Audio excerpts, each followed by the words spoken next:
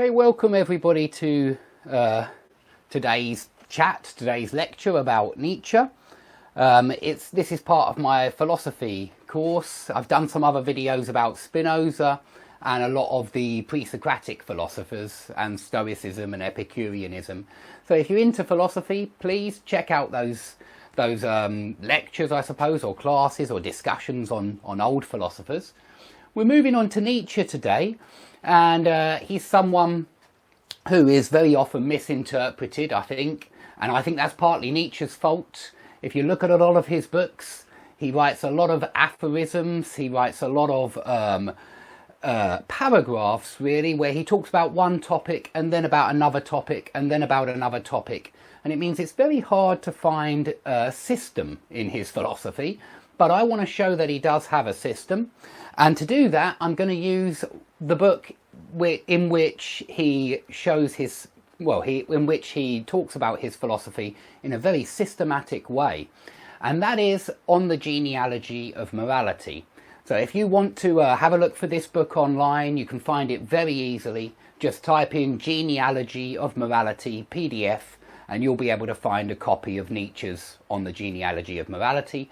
I really recommend the Keith Ansel Pearson version. He's got a nice clear essay at the start of the text, and there's some excellent supplementary material at the end from some of Nietzsche's other books, which talk about things that he mentions in the Genealogy of Morality. So it's a very good book, this particular one. If you're starting to read about Nietzsche, if you're starting to read his work, I really recommend starting with something like the Genealogy first.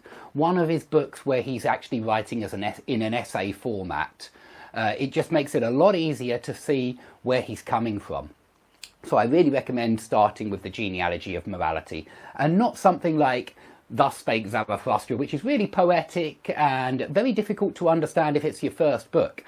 So that's one thing that I wanted to mention first. Secondly, he has a very different style of writing to say, the previous philosopher Spinoza.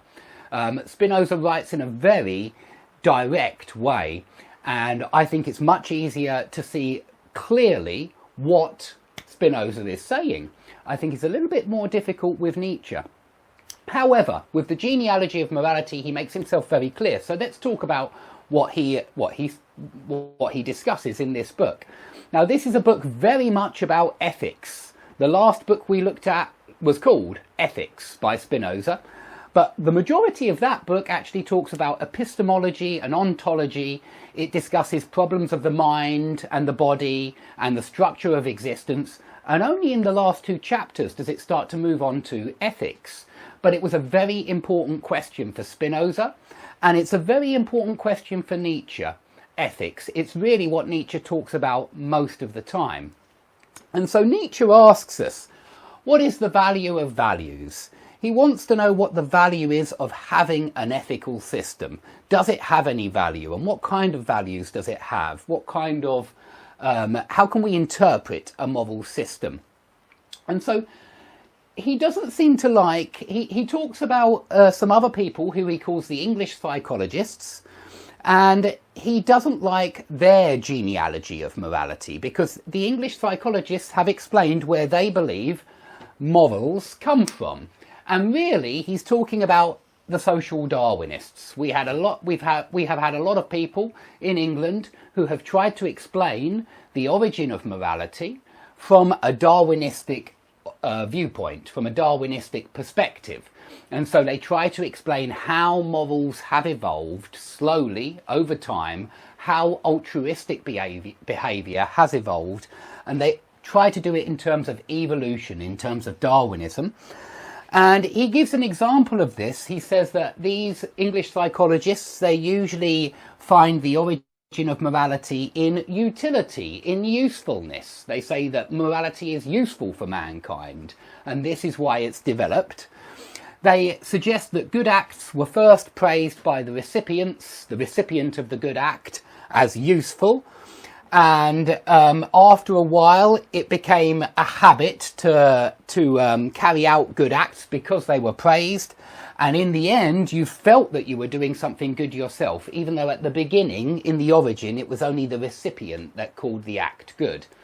Now, Nietzsche found this story highly unconvincing. Yeah, he thought it was absolutely wrong, that this was not where morality came from. He had some very different ideas about where morality came from, and he thought that this was particularly naive. In particular, I've underlined this word, the recipients. They say that something is good because the recipient feels it as good.